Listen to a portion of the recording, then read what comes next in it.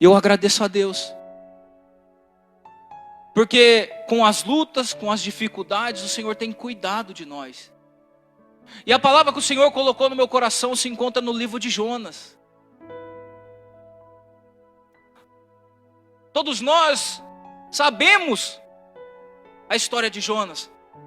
É uma história muito conhecida. Até o próprio Jesus usa o que aconteceu com Jonas como exemplo para aqueles fariseus e ali o publicano da época, que queriam um sinal. O próprio Jesus fala assim, ó, uma geração má me pede um sinal, mas não será dado outro sinal, a não ser do profeta Jonas, que esteve 3 dias e 3 noites no ventre da baleia. Assim convém que o Filho do Homem esteja 3 dias e 3 noites no seio da terra. Então, é uma palavra conhecida. Jesus tratava comigo sobre Nínive. Interessante, irmãos. É incrível o que acontece naquela nação. Muitas pessoas acham que Jonas era covarde. Muitas pessoas que não leem a Bíblia acham que Jonas fugiu porque ele tinha medo. Mas quando nós passamos a estudar a história de Nínive, nós vemos que Jonas queria entre aspas, uma vingança. Porque historiadores dizem que Nínive era uma cidade cruel, era uma cidade má. Ela abria o ventre das mulheres grávidas e tirava o feto. Ela cortava o nariz dos estrangeiros, dos escravos. Era uma cidade cruel, era uma cidade sanguinária. Então Jonas, observando aquilo, queria vingança.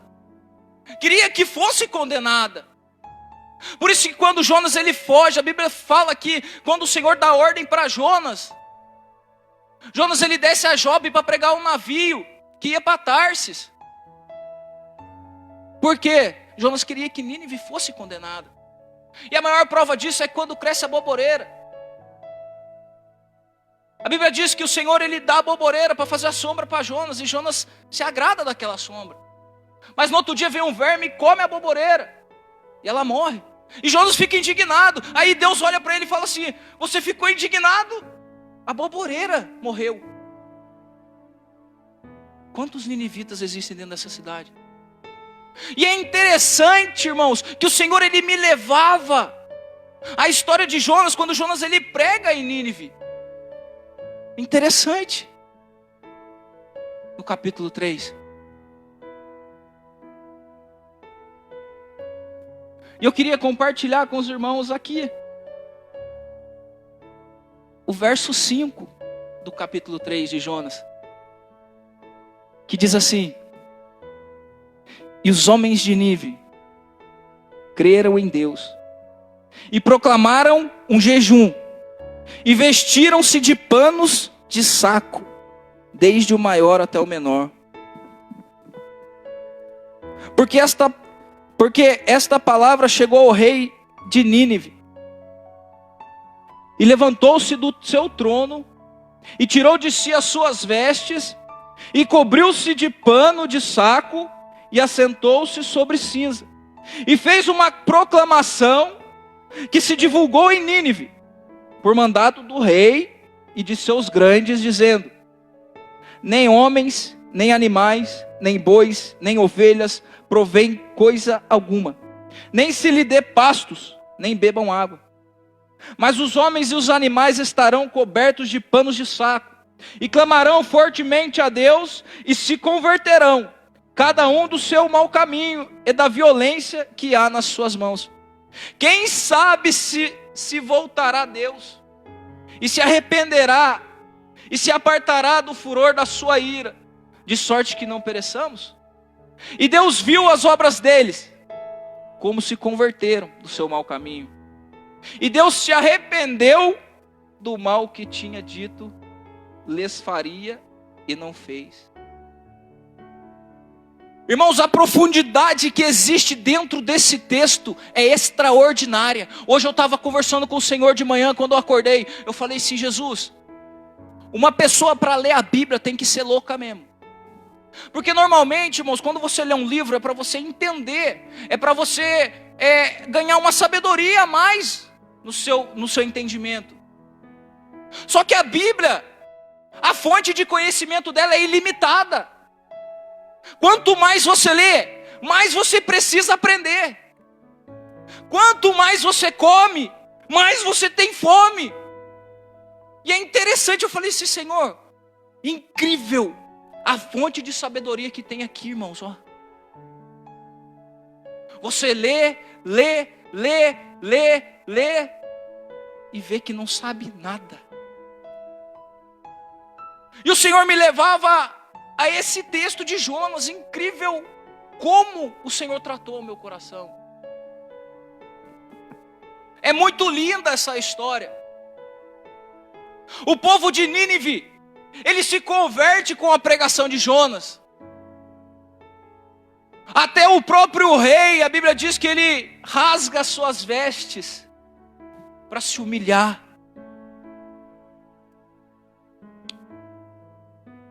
E a palavra que o Senhor colocou no meu coração, irmãos, antes de vir para cá, eu tomando banho, cheguei um pouco atrasado da minha casa. Antes de vir para cá, o Val estava levando eu para minha casa.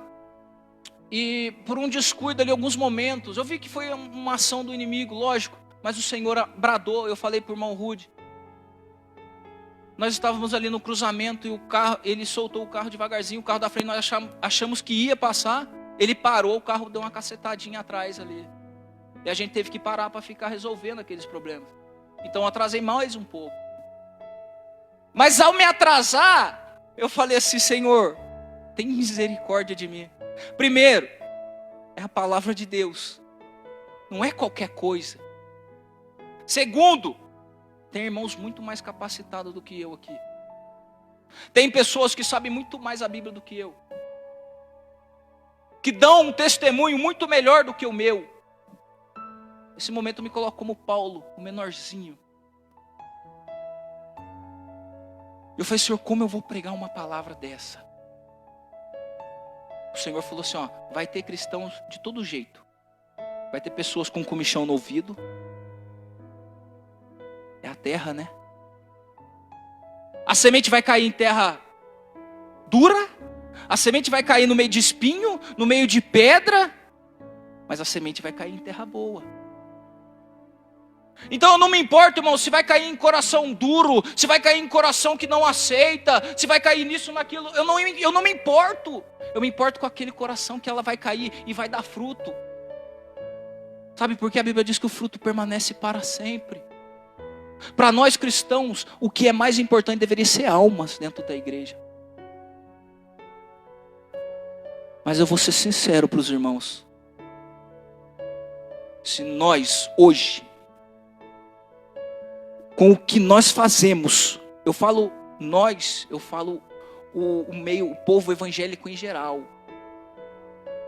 Se nós vivêssemos no tempo dos fariseus, nós iríamos dar aula para eles. Sabe por quê? Quando Jesus ele vem à terra, a Bíblia diz no livro de Lucas, ele olha para os fariseus, para aqueles doutores da lei, que se achavam os santos, que se achavam melhores. Tanto que na parábola, quando o Senhor conta a parábola do publicano e do fariseu e do publicano, o fariseu ele se enche de orgulho, de soberba, dizendo que era melhor do que o publicano. Aí o publicano olha, Senhor, tem misericórdia de mim. Não é assim? O próprio Jesus olha para aqueles homens e diz assim, ó, a geração de Nínive vai se levantar contra essa nação no dia do juízo. Interessante. E o Senhor tratando o meu coração, eu falei assim, Jesus, tira eu dessa terra, Pai. Como é que eu vou pregar isso? Irmãos, a nossa geração é muito pior do que a geração dos fariseus. E eu falo isso com convicção porque o Senhor Jesus tratou o meu coração e Ele me permitiu subir nesse púlpito para falar a palavra dEle. Eu não fui atrás do irmão Rude. Eu não pedi para ele a oportunidade para me pregar. Ele ligou para mim, ele me mandou mensagem, eu falei, amém, irmão. E Deus é quem manda na minha vida, Ele só fez o convite, mas quem manda falar é o Pai. Eu não posso desobedecer o que Cristo manda falar. Irmãos, a nossa geração hoje está precisando sim de mais de Deus, mas não é um avivamento como muitos dizem. Não. Primeiro tem que começar no arrependimento. A nossa geração precisa se arrepender. Sabe por quê? Nós estamos igual o povo israelita quando estava no deserto. Eles pecavam já com o cordeiro preparado para o sacrifício. Interessante. Aquilo se tornou algo tão, um costume, que eles, antes de pecar, eles já preparavam o cordeiro, já deixava de canto, porque ele sabia que ia pecar. E a nossa geração é igualzinha. Às vezes nós premeditamos o pecado, sabendo que vamos pedir perdão. Não é assim? Eu estou errado? Estou falando alguma mentira? O próprio Jesus, ele expressa: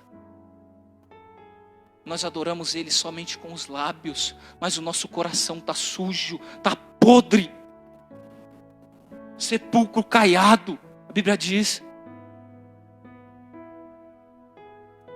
Mas por que o Senhor colocou essa palavra no meu coração? Aí que vem a graça, a misericórdia, o amor. Aqui em Jonas mesmo diz que Jonas sabia que nosso Deus era benigno. Jonas sabia que o nosso Deus ia perdoar aquele povo se ele se arrependesse. E eu trago uma palavra de esperança para a sua alma. Mas como, irmão? Palavra dura. Que dura o quê, irmãos? Dura nós ficar sem ouvir a palavra do Senhor. Dura nós ficarmos aí, ó. Eu lembro que no começo desse ano, pela misericórdia de Deus, Deus nos deu a oportunidade de dar o testemunho aqui nesta igreja. E eu lembro que estava lotado. Um mês atrás, estávamos praticamente presos dentro dos nossos lares. Lógico, tem aqueles que continuam trabalhando, assim como eu, graças a Deus. O Senhor abriu tanta porta, irmãos, nesse deserto. Lógico, se tiver outra oportunidade, a gente vai contar isso para os irmãos. Mas nesse deserto, o Senhor foi cuidando do sapato, da roupa. Abriu porta que a gente tinha que trabalhar de domingo. Eu cheguei a trabalhar num domingo até 10 horas da noite e não dava conta. Mas tudo isso é para a glória de Deus. Por que o Senhor colocou essa palavra no meu coração? Porque ainda dá tempo de nós se arrepender.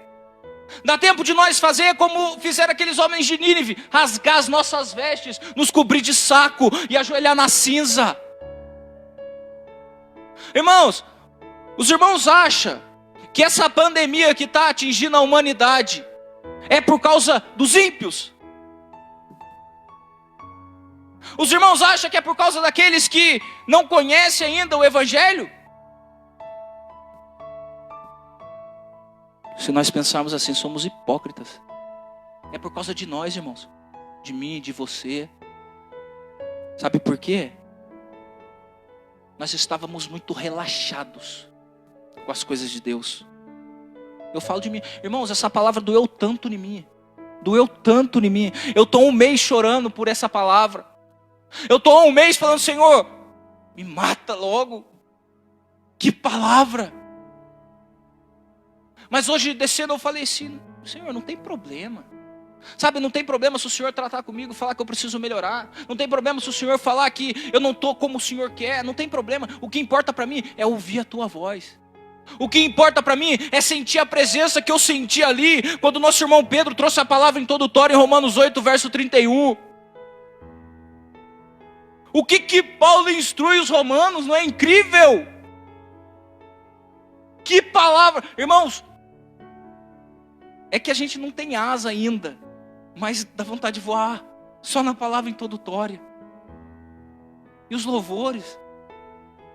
A presença de Deus, irmão, é extraordinário. Ela cura feridas, ela restaura, ela transforma. E muitas das vezes, irmãos, nós estamos incrédulos, estamos ficando calejados, tão calejados, de ouvir, Jesus está voltando, e passa ano, e entra ano, e Jesus está voltando, e 50 anos de crente, isso e aquilo, aí vem os escândalos, sabe por quê? Não crê mais, sobe aqui no púlpito, prega que Jesus cura, prega que Jesus salva, prega que Jesus transforma, que Jesus liberta, que Jesus está voltando, mas não crê.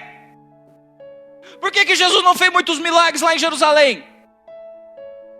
Por causa da incredulidade. A gente está pregando tanto, irmãos, mas não estamos mais crendo. Está faltando fé no meio da igreja. Sabe por quê? Eu até entendo. O próprio Jesus disse que viriam falsos mestres, que enganariam a muitos, se possível até os escolhidos. É interessante. Pessoas ensinando, elas tiram a soberania de Jesus e colocam o homem, como se Jesus fosse obrigado a fazer alguma coisa por mim e por você. Como se Jesus fosse obrigado a tirar eu lá do presídio. Como se Jesus fosse obrigado a tirar eu da UTI.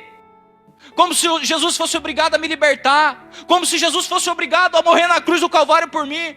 É isso que estão fazendo com o evangelho. Estão distorcendo. Aí você vê as igrejas lotadas. Você vê as pessoas ali. Nossa, que gostoso ouvir isso aí. Porque é ego humano. Mas quando você prega ali, precisamos se arrepender, precisamos buscar mais, precisamos orar mais, precisamos ler mais, precisamos conhecer Jesus de verdade. Aí some. Doeu em mim. Tá igual aquele povo no deserto de João. A Bíblia diz que Jesus pregava ali sobre as pessoas ter que tomar do seu sangue, comer da sua carne. Nós entendemos que é o ato da Santa Ceia. Nós entendemos a maneira como Jesus explicava, mas aquele povo começa a pensar: esse homem é canibal, como é que nós vamos comer a carne dele? Como é que nós vamos beber o sangue dele? Ele é louco, vamos embora. É duro esse discurso. Aí Jesus olha para os discípulos e fala: vocês também querem ir? Aí Pedro olha para ele: para onde? Quando eu cheguei na igreja e falei: Senhor, eu desisto, eu não vou mais, eu não quero mais falar do evangelho, eu não quero pregar mais, eu desisto. O Espírito Santo veio no meu ouvido e falou assim: você vai para onde? Nosso irmão falou uma palavra linda aqui de Moisés. O povo é tirado do Egito com mãos fortes. A Bíblia diz que eles veem o mar abrindo. E depois que eles passam o mar, é interessante que quando eles passam o mar, eles dão glória a Deus. Mas depois é só o mar sumir. É só eles olhar para trás e não conseguir enxergar mais o mar, que eles fazem o bezerro de ouro. Enquanto estava vendo o mar, estava lembrando, não estava? Do mar abrindo, do caminho seco. Estava lembrando do Egito. Lógico que alguns estavam lembrando da cebola, do alho. Mas independente, todos lembravam do mar abrindo, todos lembravam das pragas. Todos lembravam. Mas é só sumir o mar que nós esquecemos. É só sumir a nossa angústia, é só sumir a nossa tribulação, é só sumir a nossa luta que nós esquecemos de Deus. E viemos na igreja porque se tornou um hábito. Nós viemos na igreja porque se tornou como se fôssemos robôs. Mas nessa noite o Senhor me trouxe aqui para falar para mim primeiro e para vocês que estão escutando. É tempo de se arrepender. Você já ouviu uma pessoa pregando, falando assim: essa geração vai ser a geração do avivamento e não sei do que. Meu corpo tremia. O meu corpo ficou gelado, eu me senti um morto. O Espírito Santo veio e falou assim: que geração de avivamento.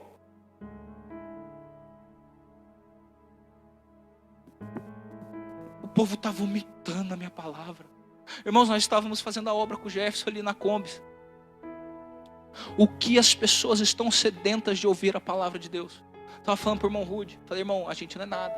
A gente é pecador. Mas a gente vai entregar o folhetim e o Espírito Santo vai na frente. Porque é Ele quem convence. E eu entregando o folhetim para uma senhora. Ela começou a chorar. Eu comecei a pregar o evangelho para ela. Eu falei: senhora, Jesus mudou minha vida. Jesus me tirou das drogas. Jesus me tirou da cadeia. Me tirou da UTI. Jesus está transformando a minha história. Ela começou a me falar dos filhos dela. Estava nas drogas, isso, aquilo. Começou a chorar. Eu falei, a senhora quer reconciliar com Jesus? A senhora quer uma oração? Ela falou, quero agora.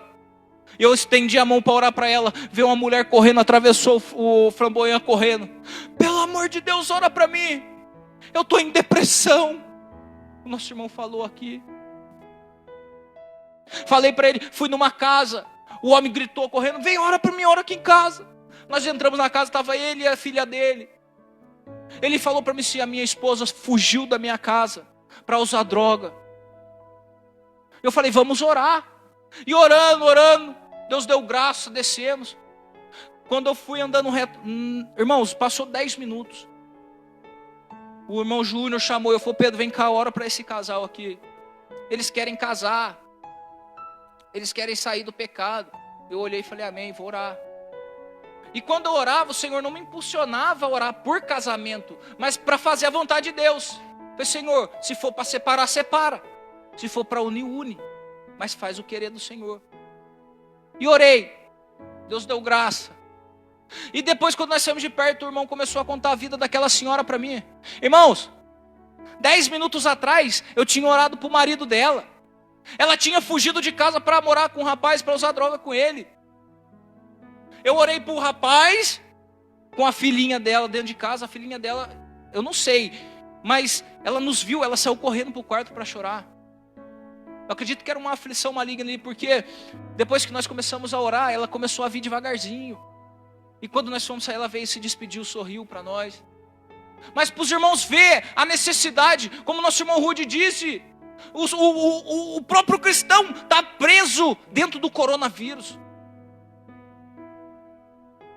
Nós estamos presos dentro de uma realidade que as pessoas estão implantando na nossa mente por não crermos mais em Cristo Jesus. Não crer mais que Jesus está no controle de todas as coisas. A gente fala, mas eu vou cumprimentar o irmão com o cotovelo.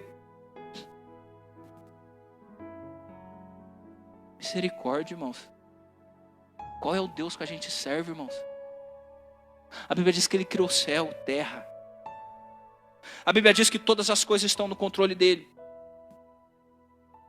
Nós estamos, sabe como? Sabe, o Senhor hoje de manhã me passou isso. Sabe com o que Ele está nos comparando? Quando Jesus, a Bíblia diz que Ele tem que ir para Jerusalém, Ele passa por Samaria. A Bíblia diz que vem 10 leprosos até Ele. E Ele cura os 10. E os 10 voltam. Enquanto eles voltam, eles são curados. Mas é interessante, só um parou e começou a se olhar. Ué, estava leproso, não estou mais. Epa, ele falou para me voltar. Vou lá agradecer. Aí Jesus olha para ele, mas não foi 10? Cadê os 9? Nós estamos igualzinhos os 9. É difícil, né? A gente recebe a benção e some. Eu tenho experiência dentro da minha casa. Quem sabe, conhece a minha vida, minha tia sabe. A gente tem experiência dentro de casa. Não precisa ir longe não, é dentro do nosso lar. Mas o Senhor me trouxe aqui para falar para você que ainda há esperança, que ainda tem um jeito. Ainda tem um sangue que pode curar os nossos pecados. Ainda tem um sangue que pode curar a nossa enfermidade. Ainda tem um sangue que pode limpar as nossas vestes e nos transformar brancos como a lã. Porque Jesus ainda hoje é nosso advogado. Mas para encerrar a minha participação nesta noite, com esta palavra eu quero dizer para você hoje, Jesus é nosso advogado, então aproveita essa oportunidade, sabe por quê? Porque a hora que abrir o céu, a Bíblia diz que Ele vai vir como juiz. Aí não adianta mais pedir perdão. Aí não adianta mais se arrepender. É hoje, é agora. Fui evangelizar um amigo meu, ele falou, a melhor hora eu vou para a igreja. Eu falei para ele, rapaz, deixa eu falar um negócio para você. Eu estou aqui entregando um folhetinho para você. Essa é a melhor hora na sua vida. Se você não aproveitar ela agora, ela vai passar. E pode não haver outra melhor hora para você. Ele abaixou a cabeça e falou, é mesmo. E eu tenho uma liberdade com ele. Os irmãos me perdoam, eu olhei para ele e falei, então cria vergonha na cara, rapaz. Vem falar de melhor hora para mim. Sai fora. Jesus está te dando oportunidade. Irmãos, é hoje. para mim e para você. É hoje, não é amanhã. Amanhã não existe para nós, é hoje. Hoje ainda dá tempo de nos humilharmos, hoje ainda dá tempo de nos arrependermos, hoje ainda dá tempo de nos convertermos. Aí, quem sabe Deus volta atrás no que ele falou. Não foi assim com Nínive, ele não voltou atrás na condenação que ele ia impor àquela nação. Voltou. Talvez se nós se arrependemos de verdade, entrarmos na presença de Deus com um coração puro, contrito, quebrantado, talvez acabe esse coronavírus do dia para a noite, porque foi do dia para a noite que começou. Eu lembro que eu fiz a prova na autoescola, num dia, no outro dia estava tudo fechado. Num dia todo mundo sem máscara, no outro já começaram a vender máscara. O povo ganhou dinheiro. Mas irmãos, do dia para a noite. Não foi do dia para a noite? Do dia para a noite a história saía. No começo do ano estavam pulando carnaval, estavam isso, estavam aquilo, as igrejas lotadas, festividade disso, daquilo. Do dia para a noite acabou tudo. Igreja fechada, comércio fechado, só ficou o comércio onde vende alimentos. Pessoas sendo desempregadas. Nosso irmão falou de droga. Quantas pessoas não entrou em depressão e voltou a usar droga? Quantas pessoas não voltou a beber? Quantas pessoas não se afundou ainda mais? Mas se nós estamos aqui hoje, é porque o Senhor tem nos sustentado. Se nós estamos aqui hoje, é porque o Senhor tem segurado nas nossas mãos, como o nosso irmão louvou. Se nós estamos aqui hoje, é porque, não que somos melhores, não, somos privilegiados. Porque é um privilégio poder falar da palavra do Senhor.